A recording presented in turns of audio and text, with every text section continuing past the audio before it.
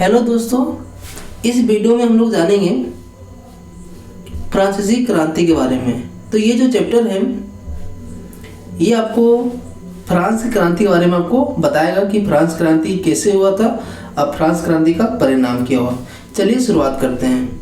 तो सबसे पहले आपको ये पता होना चाहिए कि जो फ्रांस क्रांति हुआ था वो 14 जुलाई 1789 को हुआ था। ठीक है। तो सन 1789 की फ्रांस की क्रांति यूरोप के इतिहास के लिए एक युगांतकारी घटना थी, जिसने एक युग का अंत और दूसरे युग के आगमन का मार्ग प्रशस्त किया। इसी क्रांति ने फ्रांस में राजतंत्र को समाप्त कर सामाजिक व्यवस्था के नए विचारों, स्वतंत्रता, समानता एवं बंधुत्व तथा मानव अधिकार के नए सिद्धांतों, आदमी स्वतंत्र पैदा होता है, को प्रतिस्थापित किया। यूरोप की पुरानी रीतियों तथा संस्थाओं की चुनौती दी। इस तरह के विचार स्वतंत्रता का प्रादुर्भाव यूरोप के पुनर्जागरण के परिणाम स्वरूप हुआ, जिसने यूरोप के कई राष्ट्रवादी क्रांतियों को जन्म दिया। ये क्रांति सामंतवादी एवं निरंकुश शासन व्यवस्था तथा शोषण करने वाली सामाजिक व्यवस्था के खिलाफ थी। इस क्रम में 1776 में शुरू हुआ अमेरिका का स्वतंत्रता संग्राम। सन 1783 में ब्रिटेन के विरुद्ध उसके उपनिवेश की स्वाधीनता ने फ्रांस की पुरातन व्यवस्था को समाप्त कर स्वतंत्र विचार वाले समाज की स्थापना का मार्ग प्रशस्त किया। क्योंकि फ्रांस इस युद्ध के ब्रिटेन के खिलाफ अमेरिका की मदद की थी, अतः अमेरिका के बाद स्वतंत्रता की लहर फ्रांस में आई और इन सैनिकों ने फ्रांस की जनता को साथ दिया। तो 14 जुलाई 1789 को फ्रांस का क्रांति हुआ था। इस क्रांति के कारण फ्रांस में एक राजनीतिक लहर आई, जिसने राजतंत्र को खत्म कर दिया और लोकतंत्र को स्थापित किया। इसी बीच 1776 में अमेरिका को आज़ादी मिला। किससे? ब्रिटेन से। यानी अमेरिका में जो 13 उपनिवेश था उसको आज़ादी मिला। इसी बीच आपको 1783 में पेरिस की संधि हुआ था। पेरिस की संधि के द्वारा जो अमेरिका में स्वतंत्रता जो संग्राम था वो पूरी तरह से खत्म हो गया और ब्रिटेन के द्वारा अमेरिका को आज़ादी मिल गया। फ्रांस की क्रांति क्यों कैसे हुई है समझने के लिए हमें तत्कालीन राजनीति एवं समाज का अध्ययन करना होगा। यद्यपि 18वीं शताब्दी में फ्रांस एक शक्तिशाली राज्य था। उसने उत्तरी अमेरिका के विस्तृत क्षेत्र, पश्चिमी द्वीप समूह और अफ्रीका में मेडागास्कर के टापुओं का अधिकार कर लिया था। फिर भी सत्ता की नींव मजबूत नहीं थी। लंबे समय तक चले युद्धों के कारण आर्थिक संसाधनों की कमी तथा शासकों की फिजूल खर्ची ने फ्रांस की जनता पर अत्यधिक करों का बोझ डाल दिया। सामाजिक विषमताओं की उत्पीड़न ने उन्हें क्रांति के कगार पर ला दिया। अतः क्रांति के उत्तरदायी कारणों की व्याख्या निम्न तरीके से की जा सकती है। यानी फ्रांस क्रांति क्यों हुआ, सबसे पहला आपको जानना है फ्रांस क्रांति क्यों हुआ। तो सबसे पहले याद रखिए कि फ्रांस क्रांति में 3 वर्ग था। ठीक है। एक का नाम था आपका पादरी वर्ग, ठीक है। सेकेंड का नाम था कुलीन वर्ग और तीसरा कौन था? आम लोगों का समूह था। यानी जो पादरी वर्ग था, जो कुलीन वर्ग था, इनके पास जन्मसिद्ध अधिकार था। ये लोग टैक्स पे नहीं करते थे, चर्च में इन्हीं का अधिकार था, शासन में इन्हीं का अधिकार था। ठीक है। और आम आदमी को टैक्स पे करना पड़ता था। इस कारण क्या हुआ? फ्रांस में क्रांति हुआ और जो राजतंत्र था, जो भी निरंकुश राजतंत्र था, उसको खत्म करने का कोशिश किया गया और लोकतंत्र कुछ टाइम के लिए इसको स्टैब्लिश भी किया गया। अब देखिए फ्रांस में राजतंत्र शासन व्यवस्था था, यानी राजा का शासन था। और जो राजा था वह क्या कौन सा वंश का था? बोर्बो राजवंश था। ठीक है।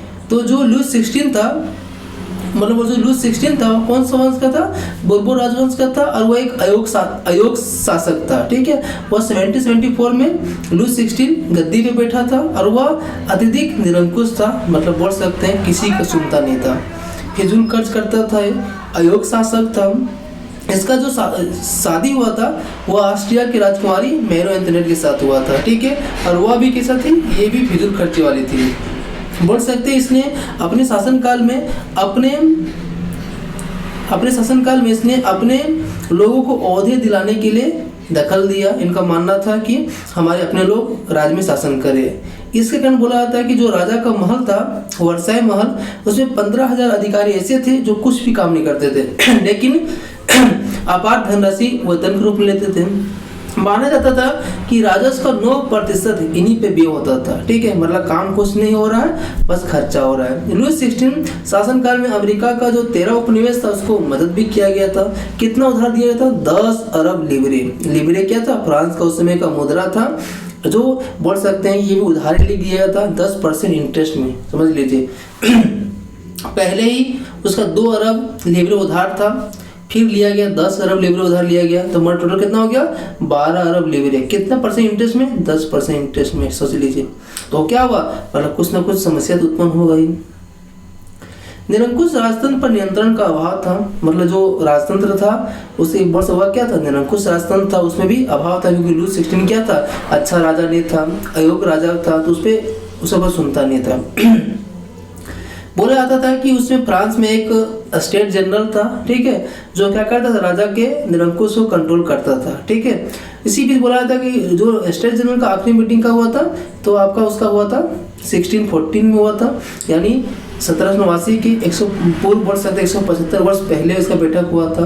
यानी ये क्यों बैठा होता था? क्योंकि अगर राज्य में टैक्स बढ़ाना है तो इसका मीटिंग होता था। इसी बीच याद कीजिए, तो बोला जाता है कि एक लुई 14 था, अपने आप को बोलता था आई एम द स्टेट, मतलब चूंकि वह एक था योग शासक था, तो कोई भी अगर विद्रोह करता था तो उसको विद्रोह को सफलतापूर्वक दबा दिया जाता था। लेकिन उसमें इतना कुशलता था कि वह अपने सत्ता के द्वारा विद्रोही को उठा के फेंक देता था। राजा की निरंकुशता बोल सकते हैं कि उसने अंकुश लगाने के लिए फ्रांस में एक संस्था था, उसका नाम था पलारमा, ठीक है। कितना पलारमा था? 17 था, यानी बोल सकते पलारमा क्या था? न्यायालय के द्वारा गठन होता था। कितना था? 17 था, यानी बोल सकते हैं राजा को शक्ति को अंकुश लगाने के लिए। माना जाता था कि इसका भी पद क्या था? कुलीन लोगों के लिए सुरक्षित था, यानी बोल सकते हैं जब राजा को लगता था तो कि उसका करता था पैसे दे के अपने तरफ को फैसला कर देता था, तो बोल सकते हैं कि फैसला भी आम आदमी तरफ से कभी आता नहीं था।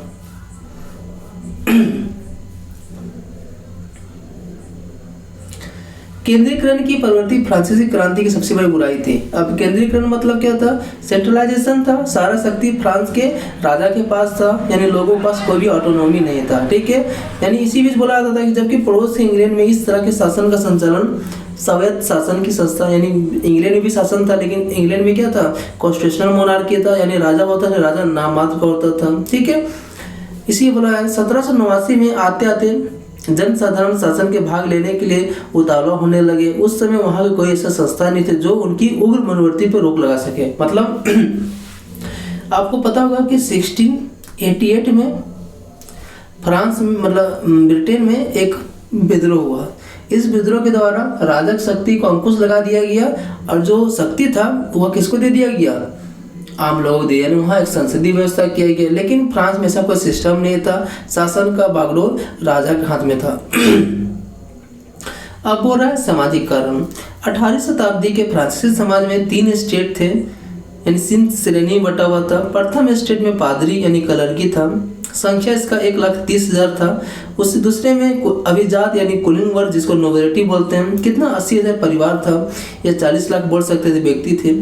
दोनों को करों से मुक्त था, मतलब इनको टैक्स देना नहीं पड़ता था। उसमें फ्रांस जनसंख्या कितना था? 2.5 करोड़ जनसंख्या था। फ्रांस की कुल भूमि का कितना? 40% इन्हीं के पास था। मतलब याद कर देखिए, बता दे आपको कैसे। जो पादरी वर्ग था और जो कुलीन वर्ग था, ठीक है, इनके पास कितना था? 40% इनके पास जमीन था, ठीक है। इनके पास क्या था? 60% था।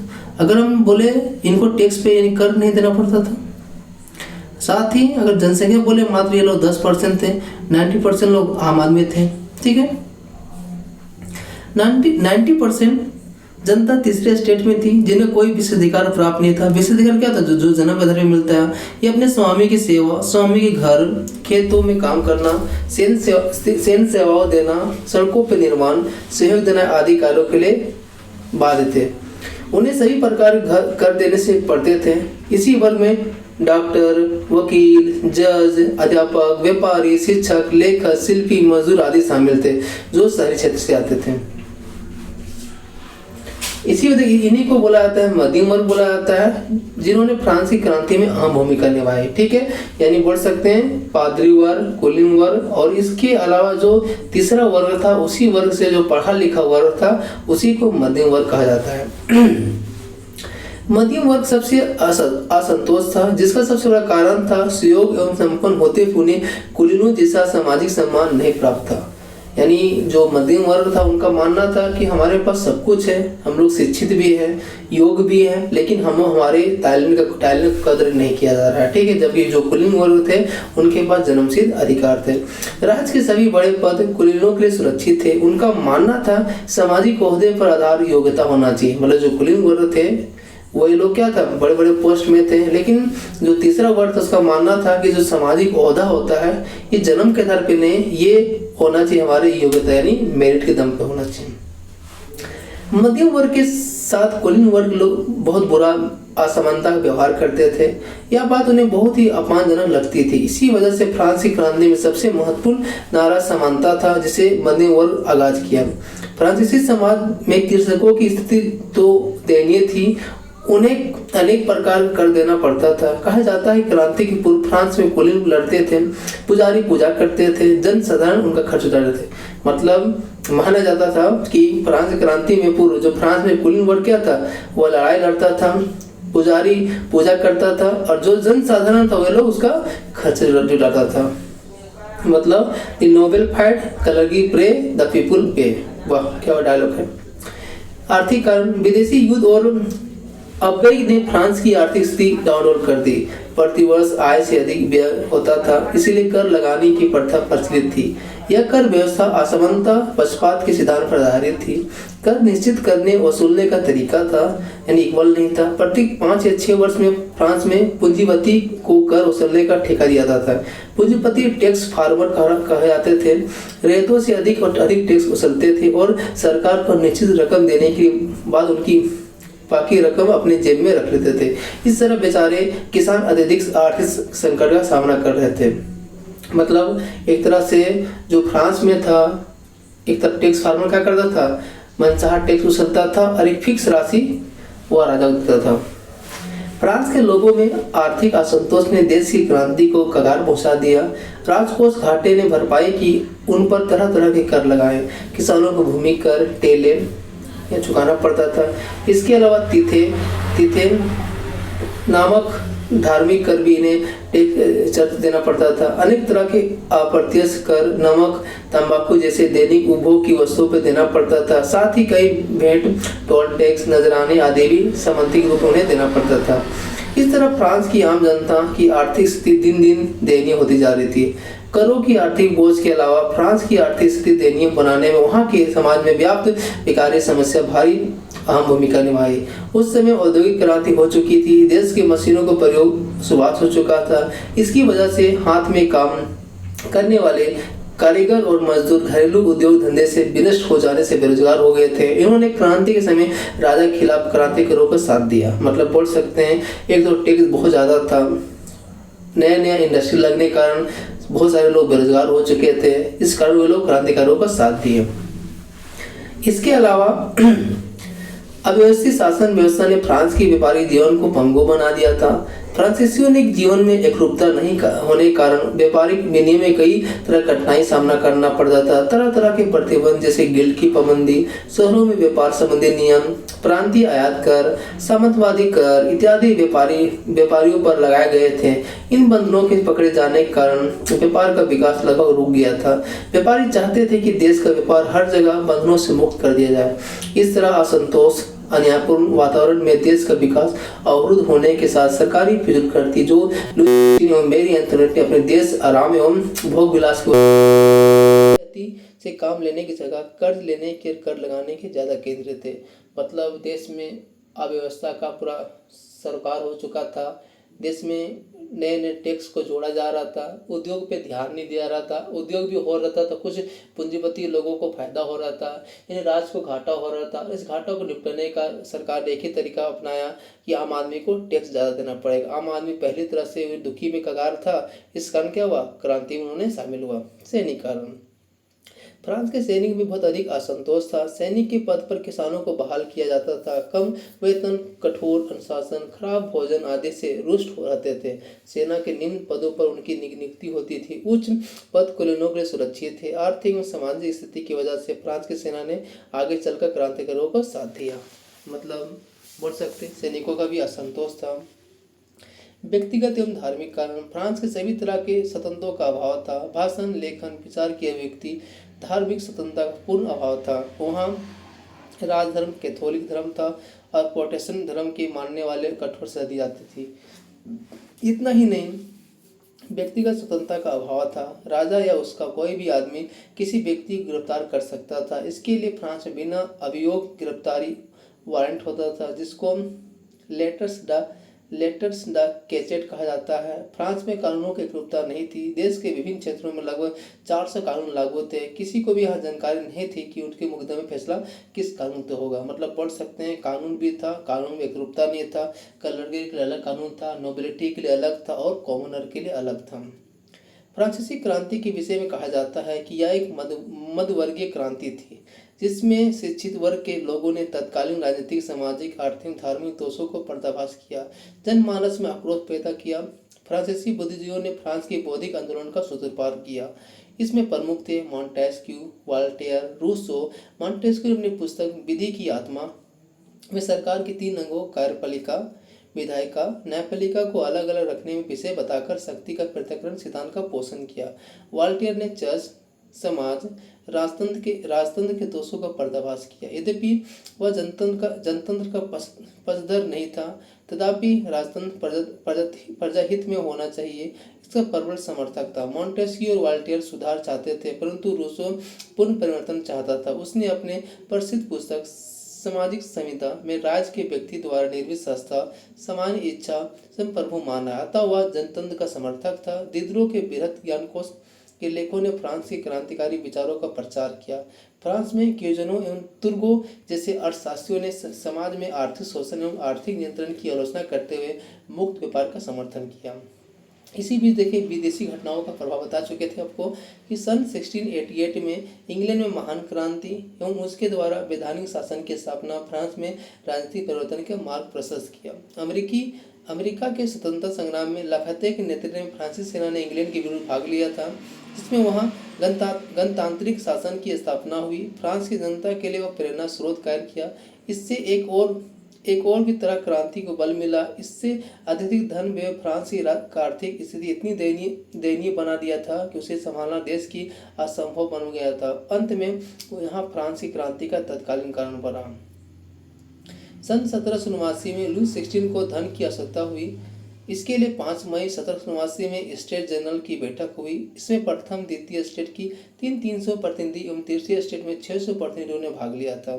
तृतीय स्टेट लोकतांत्रिक सिद्धांत के आधार पर बनाकर सभी प्रतिनिधियों को एक मत देने का अधिकार मांगा। राजा द्वारा मना कर दिया गया। तभी तीसरे स्टेट के सभी प्रतिनिधि विरोध जताते हुए बाहर निकले गए। 20 जून को जब वे अधिवेशन में करने के लिए एकत्रित हुए, तब उन्होंने देखा कि जिस हॉल में उनका अधिवेशन होने वाला था वहां शाही अंगरक्षक का पहरा था तथा सभी तृतीय स्टेट के प्रतिनिधियों ने टेनिस कोर्ट में एकत्रित हुए। उन्होंने अपनी सभा को नेशनल असेंबली घोषित किया और शपथ लिया, राजा की शक्ति कम करने वाली संविधान अब जब तक बनकर तैयार नहीं होगा, यह सभा भंग नहीं होगी। राजा द्वारा इसे भंग कर सदस्यों की बंदी बनाने की अफवाह उठी। तभी बहुत से संख्या में लोग इकट्ठा हुए। उन्होंने नेतृत्व में मिराबे और आबे सिंह जैसे नेता कर रहे थे। यद्यपि मिराबे सामंत परिवार का था, फिर भी वह सामंतों के विशेषाधिकार को समाप्त करने का पक्षधर था। 14 जुलाई 1789 में क्रांतिकारियों ने पेरिस स्थित राज्य के कारागृह यानी बास्टिल फोर्ट को घेर लिया। बास्टिल का दुर्ग राजतंत्र की निरंकुशता का प्रतीक था। 4 घंटा डेरा डालने के बाद जेल का फाटक तोड़ने के लिए बंदियों को मुक्त कराने का सफल हुए। बास्टिल कारागृह का समाप्ति निरंकुश शासन के पतन का प्रतीक था। फ्रांस में 14 जुलाई स्वतंत्रता दिवस के रूप में मनाया जाता था। 14 जुलाई 1789 में बाद में लुई 16 नाम मात्र के राजा बना रहा। नेशनल असेंबली देश के अधिनियम बनाने वाली इसी सभा में 27 अगस्त 1789 को मानव और नागरिक अधिकार the declaration of the right of the man citizen स्वीकार किया गया। इस घोषणा से प्रत्येक व्यक्ति को अपने विचार प्रकट करने, अपनी इच्छा अनुसार धर्म पालन करने का अधिकार को मान्यता मिली। व्यक्तिगत स्वतंत्रता के साथ प्रेस एवं भाषण की स्वतंत्रता को मानी जा गई। अब राज्य किसी व्यक्ति को बिना मुकदमा चलाए गिरफ्तार नहीं कर सकता था। अब मुआवजा दिए बिना उसके जमीन पर कब्जा नहीं कर सकता था। मध्यम वर्ग के सबसे महत्वपूर्ण निश्चय वे थे जिनके अनुसार भर भार सभी वर्गों को समान रूप से डालने का निश्चय किया गया। सभी को निजी संपत्ति रखने का अधिकार दिया गया। फ्रांस के लिए नहीं बल्कि पूरे यूरोप के लिए क्रांतिकारियों की घोषणा अधिक महत्वपूर्ण था। सन 1791 में नेशनल असेंबली ने संविधान का प्रारूप तैयार किया, जिससे शक्ति पृथक्करण के सिद्धांत को अपनाया। इस तरह फ्रांस में संवैधानिक राजतंत्र की स्थापना हुई। यद्यपि लुई 16 नए संविधान को मान लिया। मिराबो की मृत्यु के पश्चात हिंसात्मक विद्रोह शुरुआत हो गई। विदेशी में भी कुलीन वर्ग के संविधान का विरोध किया। अप्रैल 1752 में नेशनल असेंबली ऑस्ट्रिया पर्सा सेवाएं के विरुद्ध युद्ध की घोषणा कर दी। क्रांतिकारी युद्धों से जनता की काफी कठिनाई झेलनी पड़ी। उस समय सभी नागरिकों को मतदान अधिकार नहीं मिला था। नेशनल असेंबली का चुनाव अप्रत्यक्ष रूप से किया जाना था। उपयुक्त बातें आलोचना का विषय बन गया था। आलोचक में प्रमुख जैकोबिन क्लब सदस्य थे, जिसमें छोटे दुकानदार, कारीगर, घड़ीसाज, नौकर, दिहाड़ी मजदूर आदि शामिल थे। जैकोबिन क्लब पेरिस के भूतपूर्व convent of the Saint Jacob के नाम पर रखा गया था, जिसका नेता मैक्सिमिलियन रोबेस्पियर था। रोबेस्पियर वामपंथी विचारधारा का समर्थक था तथा खाद्य पदार्थों की महंगाई और अभाव से नाराज होकर उसने हिंसात्मक कार्रवाई शुरुआत कर दिया था। आतंक का राज स्थापित किया। 14 महीनों में लगभग 70,000 व्यक्तियों को मुकदमा चलाए गए, उन्हें फांसी दी गई। रोबेस्पियर प्रत्यक्ष प्रजातंत्र का पोषक था। 21 वर्ष से अधिक उम्र के सभी मतदान देने का अधिकार दिया, चाहे उनके पास संपत्ति हो या चुनाव कराया गया। 21 सितंबर 1792 को नवनिर्वाचित असेंबली कन्वेंशन नाम दिया गया। राजा की सत्ता को समाप्त कर दिया गया। देशद्रोह के अपराध में लुई 16 को मुकदमा चलाया गया। 21 जनवरी 1793 को उन्हें फांसी दे दिया गया। बाद में मेरी एंटोनेट को भी फांसी दी गई। रोबेस्पियर द्वारा स्थापित आतंक का राज अक्टूबर 1793 में उत्कृष्ट हुआ। कन्वेंशन द्वारा राष्ट्र की एकमात्र भाषा फ्रेंच घोषित की गई। कानूनों का संकलन कराया गया। उपनिवेशों में गुलाम बनाकर भेजने की प्रथा समाप्त की गई। प्रथम पुत्र को ही उत्तराधिकार बनाने की प्रथा को समाप्त किया गया। राष्ट्र का कैलेंडर 22 सितंबर 1792 में लागू किया गया। इन सभी को रोबेस्पियर के सर्वोच्च सत्ता की प्रतिष्ठा के रूप में स्थापित किया गया, परंतु यह अस्थायी सिद्ध हुई। उसकी हिंसात्मक कार्रवाई की वजह से विशेष न्यायालय ने जुलाई 1794 में उसे मृत्युदंड दिया। उसके बाद 1795 में नया संविधान बनाया गया, जिसमें फ्रांस की गणतांत्रिक शासन की शुरुआत हुई। आगे चलकर नेपोलियन बोनापार्ट ने स्वयं को इस गणराज्य का प्रधान घोषित कर अपनी विधि संहिता लागू किया। उसके सुधारकारों ने तत्कालीन फ्रांस के उत्थान में काफी सहयोग किया। फ्रांस की क्रांति में वहां की पुरातन व्यवस्था समाप्त कर आधुनिक युग का जन्म दिया, जिसमें स्वतंत्रता, समानता और बंधुत्व को प्रोत्साहन मिला। सामंतवाद का अंत हो गया। इस क्रांति ने राज्य के धर्म से अलग कर धर्मनिरपेक्ष राज्य की स्थापना की। धार्मिक क्षेत्र में बुद्धिवाद का उदय हुआ। जनता को धार्मिक स्वतंत्रता प्रदान की गई। जनता की स्थापना। फ्रांस की क्रांति में राजा के दैवीय अधिकार सिद्धांत को समाप्त कर दिया गया। जनता की स्थापना की गई। फ्रांस में नेशनल असेंबली में पहली बार व्यक्ति को महत्व बल दिया। नागरिकों को मौलिक अधिकार कर्तव्यों को घोषणा की गई। फ्रांस की क्रांति ने समाजवादी प्रवृत्तियों को बल मिला। जैकोबिन ने समान जनता के अधिकार रक्षा, अमीरों की जगह गरीबों को पक्ष लिया। उसके राजनीतिक अधिकारों की घोषणा किया। क्रांति के फलस्वरूप गिल्ड प्रथा, प्रांतीय आयात कर, अन्य व्यापारिक प्रतिबंध व्यापारियों को हटा दिया गया, जिससे वाणिज्य एवं व्यापार का विकास हुआ। यही कारण था कि 19वीं शताब्दी के व्यापार में फ्रांस इंग्लैंड के बाद द्वितीय स्थान हुआ। इस क्रांति ने फ्रांस पर दास प्रथा का उन्मूलन किया। सन 1794 में कन्वेंशन ने दास मुक्ति कानून पारित किया। यद्यपि आगे चलकर इसे नेपोलियन के द्वारा समाप्त कर दिया गया। सन 1848 में अंतिम रूप से फ्रांसीसी उपनिवेश ने दास प्रथा का उन्मूलन किया। फ्रांस में अभी तक चर्च में शिक्षा का शुरुआत हो चुका था, जिसकी जिम्मेदारी सरकार पर आ गई। परिणाम स्वरूप पेरिस विश्वविद्यालय तथा कई शिक्षण संस्थाएं खोला गया। राष्ट्रीय कैलेंडर। फ्रांस में एक नया राष्ट्रीय कैलेंडर लागू किया गया, जिसके ऋतुओं आधार पर 12 महीनों बांटा गया। नया कैलेंडर बर्मियर, टर्मिडियर आदि रखा गया। फ्रांस में समाज में परिवर्तन लाने के उद्देश्य से फ्रांस क्रांति में महिलाएं भी शामिल थी। The society of the revolutionary Republican women नामक संस्था का गठन किया गया। दी ओलंपियन डे गुज नामक नेत्री ने अहम भूमिका निभाई। इसके नेतृत्व में महिलाओं को पुरुषों से समान राजनीतिक अधिकार मांगकर स्वीकार किया गया, परंतु राजनीतिक अधिकार शुरू में उन्हें नहीं मिल पाए। फ्रांस की क्रांति में महिलाओं को अपने अधिकारों पर सजगता पाठ पढ़ाया, जिसके आगे चलकर वर्षों तक महिला आंदोलन चला। परिणाम स्वरूप 1946 में फ्रांस की महिलाओं को मताधिकार प्राप्त हुआ। फ्रांस की क्रांति का प्रभाव सिर्फ फ्रांस पे नहीं बल्कि यूरोप के अन्य देशों पर पड़ा। नेपोलियन फ्रांस में सुधार कार्यों में करते हुए अपने विजय के अभियान दौरान अब जब इटली जर्मनी आदि देशों में पहुंचा तब उसे जनता की क्रांति का अवरोध उठाकर स्वागत किया गया। इन देशों के नागरिकों को राष्ट्रीयता का संदेश देने का कार्य किया। इटली में इस समय कई भागों में बटा हुआ था। फ्रांस की इस क्रांति बाद इटली की विभिन्न भागों में नेपोलियन ने अपनी सेना एकत्रित कर लड़ाई की, इटली राज्य स्थापित किया। एक साथ युद्ध करने वाले उनकी राष्ट्रीय भावना इटली के भावी एकीकरण में मार्ग प्रशस्त हुआ। जर्मनी इस छोटे छोटे 30 राज्यों का विभक्त था जो नेपोलियन के प्रयास से 38 राज्यों में सीमित हो गया था। इस क्रांति की स्वतंत्रता समानता एवं बंधुत्व की भावना जर्मनी के लोगों ने अपनाया। आगे चलकर इसी जर्मनी के एकीकरण बल मिला। पोलैंड पर प्रभाव। फ्रांसीसी क्रांति के विरुद्ध नेपोलियन ने पोलैंड की स्वतंत्रता की लहर फूकी थी। यह रूस पर्सा ऑस्ट्रिया बीच बटा हुआ था। यद्यपि पोलैंड को शीघ्र आज़ादी नहीं मिली लेकिन उसने राष्ट्रीयता का संचार इस क्रांति में किया। एक लंबी अवधि के प्रयास फलस्वरूप फ्रांस विश्व युद्ध के बाद पोलैंड में स्वतंत्र राज्य कायम कर चुका था। नेपोलियन का विजय अभियान इंग्लैंड पर भी हुआ जबकि इंग्लैंड आगे चलकर इसके पतन कारण बना। फिर भी इस क्रांति का इतना अधिक असर इंग्लैंड पर दिखा कि वहां की जनता ने सामंतवाद के खिलाफ आवाज उठाना शुरू कर दिया। फलस्वरूप सन 1832 में इंग्लैंड में संसदीय सुधार अधिनियम पारित हुआ जिसके द्वारा जमींदारी शक्ति समाप्त कर दी गई। जनता के लिए अनेक सुधार मार्ग प्रशस्त हुआ। भविष्य में इंग्लैंड औद्योगिक क्रांति का विकास इस क्रांति में अधिक विधान रहा। फ्रांसीसी क्रांति के स्वरूप में समझ में विषय कहा जाता है कि यह पूर्ण रूप से निश्चयात्मक थी, अर्थात क्रांति गति दिशा वहाँ थी जो लगभग सभी क्रांतियों में होती है। फिर भी किसी क्रांति का स्वरूप निश्चित करने में पहले यह देखना आवश्यक होता है कि क्रांति क्या कारण थे, उस क्रांति में समाज के किस वर्ग के लोगों को मुख्य रूप से भाग लिया, उस क्रांति में किस वर्ग के लोगों ने अधिक लाभ हुआ। ये कई इतिहासकार सन 1789 में फ्रांसीसी क्रांति को एक बुर्जुआई मध्यम वर्ग क्रांति कहा। उसके अनुसार इस क्रांति में विशेषकर प्राप्त वर्ग की जगह दूसरे विशेषाधिकार वर्ग का शासन स्थापित कर दिया। फ्रांस में मध्यम वर्ग के पास पूंजी कमी नहीं थी। यदा कदा सरकार को कर्ज लेने के लिए काम करने पड़ते थे लेकिन सत्ता में से कोई भी सहभागिता नहीं थी।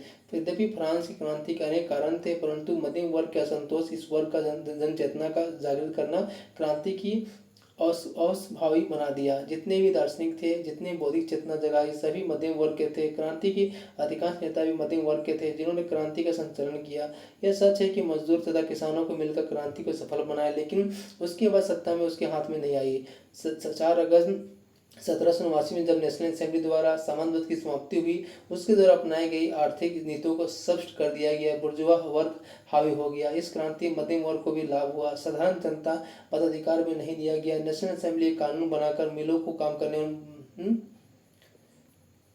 एक मिनट निष्कर्ष सन 1789 में फ्रांस की क्रांति ने फ्रांस में एक ऐसे युग का सूत्रपात किया जिसमें स्वतंत्रता समानता बंधुत्व की नींव पड़ी, मानवाधिकार की रक्षा हुई। साथ ही यूरोप के अन्य देशों में इन विचारों को प्रभावित हुआ। वहां भी सुधारों के एक नए युग का सिलसिला शुरू हुआ। फ्रांस की राजक्रांति कब हुआ? 1789 में। बास्टिल फोर्ट कब गिराया था? 14 जुलाई 1789 में। प्रथम स्टेज में कौन आएगा? पादरी वर्ग। द्वितीय वर्ग में कोलिन वर्ग। तृतीय में आपके तृतीय में आएंगे कौन? आपका कौन थे? तो दार्शनिक, कुलीन, न्यायाधीश, पादरी। तो इसमें कौन आएगा? दार्शनिक आएंगे। वॉल्टेयर क्या थे? वॉल्टेयर आपके क्या थे? लेखक थे। रूसो किस सिद्धांत समर्थक था? जनता की इच्छा पे। मॉन्टेस्क्यू कौन सी पुस्तक थी? विधि की आत्मा। फ्रांस की राजक्रांति के समय वहां का राजा कौन थे? लुई 16 था। फ्रांस की स्वतंत्रता दिवस कब मनाया था? 4 जुलाई को अमेरिका का है, 14 जुलाई फ्रांस का है। थैंक यू दोस्तों।